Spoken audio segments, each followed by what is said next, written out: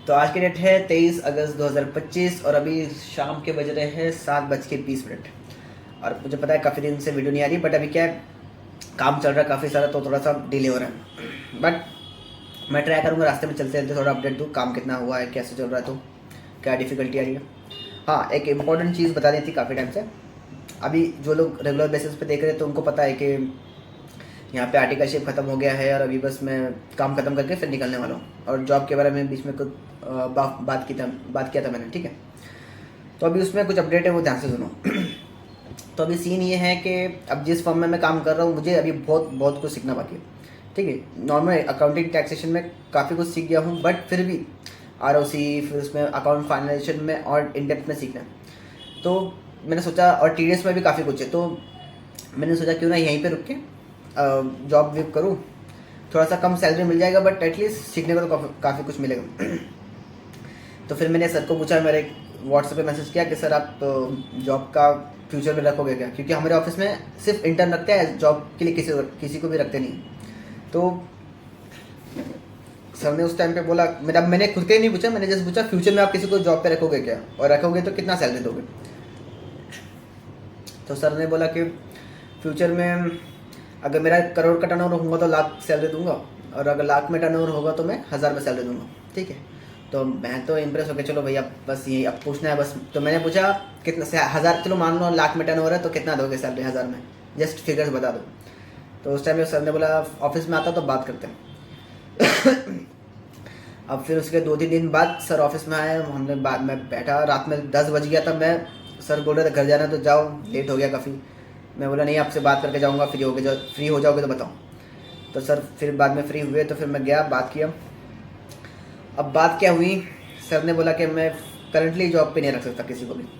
वो क्यों, क्योंकि मेरा खुद का टर्नओवर उतना है नहीं, ठीक है। तो मैंने फिर पूछा कि आपका वो दूसरी जगह भी है ऑफिस, तो उन्होंने कहा वो पार्टनरशिप में अलग है, ठीक है। अब वो बात अलग है, मैं यहाँ पे काम कर रहा तो मैं यहाँ का टर्नओवर देखूंगा। तो सर ने बोला यहाँ पे एक तो टर्नओवर ज़्यादा है नहीं, ऊपर से क्लाइंट से जल्दी पेमेंट करते नहीं है, कुछ क्लाइंट ने 2-3 साल से पेमेंट नहीं किया है, ठीक है। क्लाइंट का पेमेंट मैं कर रहा हूँ सामने से, वो पेमेंट आ नहीं रहा है मुझे वापस। तो मैं यहाँ पे किसी को फिलहाल जॉब पे नहीं रख सकता। तुम्हारे ही एक लौती सैलरी, ये स्टाइपेंड इतनी बढ़ा रखा है मैंने। मतलब तुम अच्छा काम करते हो इसलिए तुम्हारे स्टाइपेंड इतना बढ़ा रखा है। मतलब तुमसे पहले किसी, वो दूसरा जो बंदा 1 साल काम करके गया उसकी भी स्टाइपेंड इतनी बढ़ाई नहीं है मैंने। तो मैंने चलो ठीक है, तो फिर अब यहाँ तो लग नहीं सकता।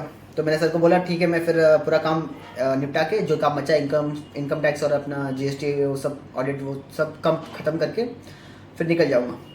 तो सर ने बोला ठीक है। तो मैंने उससे बाद में कुछ और भी सजेशन मांगे मैंने सर से। जैसे 1 या 2 दिन पहले ही मुझे एक कंपनी से कॉल आया था, ईथर, हाँ ईथर नाम की कोई कंपनी थी, स्कूटी, ईवी स्कूटी बनाती। वो उसकी 2 लोकेशन है, शोरूम है, मतलब एक उल्लासनगर में और एक विठलवाड़ी में। तो उसने आके मुझे कॉल किया कि अब हम आपको 21,500 देंगे इन हैंड, और 25 आपका स्टेटी से रहेगा, ठीक है। और उसके बाद ये सब सैलरी थोड़ा बताया, 9 to 6 का जॉब रहेगा। उसके बाद और भी थोड़ा अकाउंट एग्जीक्यूटिव पोस्ट के लिए। तो फिर मैं थोड़ा सा सोचा, मैंने उनको पहले बता दिया कि मैं ऑलरेडी एक सीए फर्म में काम कर रहा हूँ, मैं यहाँ पे से काम छोड़ नहीं सकता अचानक से। यहाँ से काम कंप्लीट करने के बाद ही मैं आपके यहाँ पे ज्वाइन कर सकता हूँ। तो वो शोरूम था, ठीक है। तो मैंने इतना ज़्यादा सोचा नहीं उस टाइम पे। फिर बाद में मैंने जब सर से बात किया जॉब के बारे में, सर ने, तो मैंने वो वाला सजेशन भी पूछा कि ये जो जॉब का ऑफर आया था ये लूँ क्या। तो सर ने बोला कि शोरूम में उतना ज़्यादा कुछ सीखने मिलेगा नहीं वैसे भी। थोड़ा बहुत सेल परचेस कर ली, थोड़ा अकाउंट फाइनेंस कर लिया, उससे ज़्यादा कुछ मिलेगा नहीं सीखने के लिए। उससे अच्छा अगर तुमको पैसा भी चाहिए और सीखना भी है तो किसी बड़ी कंपनी में जाओ, चाहिए तो थोड़ा मुंबई साइड में जाओ। और अभी जो लोग महाराष्ट्र में रहते हैं उनको पता होगा कि अभी 2-3 दिन से ज़्यादा बारिश हो रखी है, तो उसमें थाने से मुंबई की ट्रेन बंद है, ठीक है।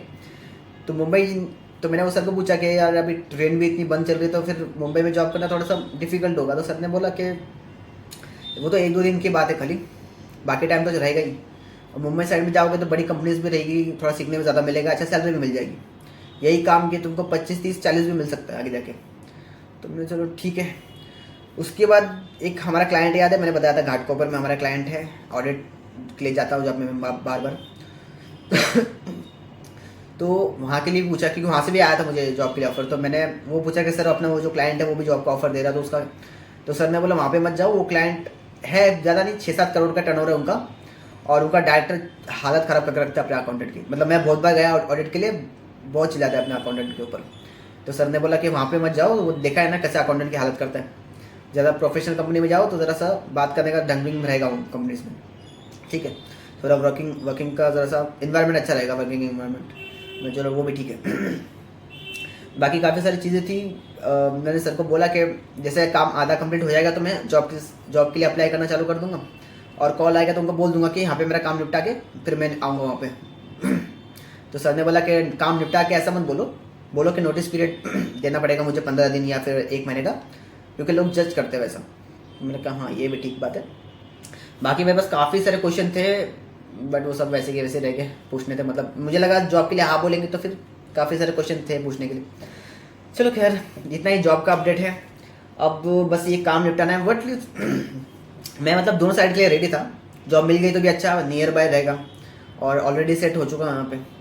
नई कंपनी में कैसा थोड़ा सा दिक्कत आता है, बट दूसरे इसके लिए भी मैं रेडी था। चलो दूसरी कंपनी में जाऊँगा तो नया सीखने को मिलेगा, नए कॉन्टैक्ट्स बनेंगे, ज़रा नई जगह आना होगा। तो अभी बस यहाँ से फ्री हो चुका हूँ। मुझे बस ये सारा काम जो है निपटा के, GST इनकम टैक्स का सारा काम निपटा के फिर मैं निकल जाऊँगा। ट्राई कर रहा हूँ कि 15 सितंबर तक का, नहीं सितंबर नहीं, मतलब जुलाई में जिनका ITR जाना चाहिए था उनका तो एटलीस्ट निपटा दूँ। बाकी 3-4 ही बचेंगे बस ऑडिट वाले, 3-4 मतलब 5-6 है कुछ ऑडिट वाले, तो उनका तो सर भी देख सकते हैं।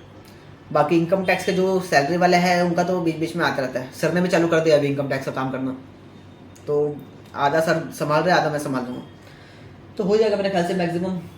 आज सोचा था कि एक क्लाइंट का काम कर दूँ, बट एक भी क्लाइंट का काम नहीं हो पाया। क्यों, सुबह सुबह से आके एक क्लाइंट कॉल पे चिल्ला रहा है कि मेरा लेजर बना के दो, CGST HGST करके दो, ये सब पूरा दिन उसी में निकल गया।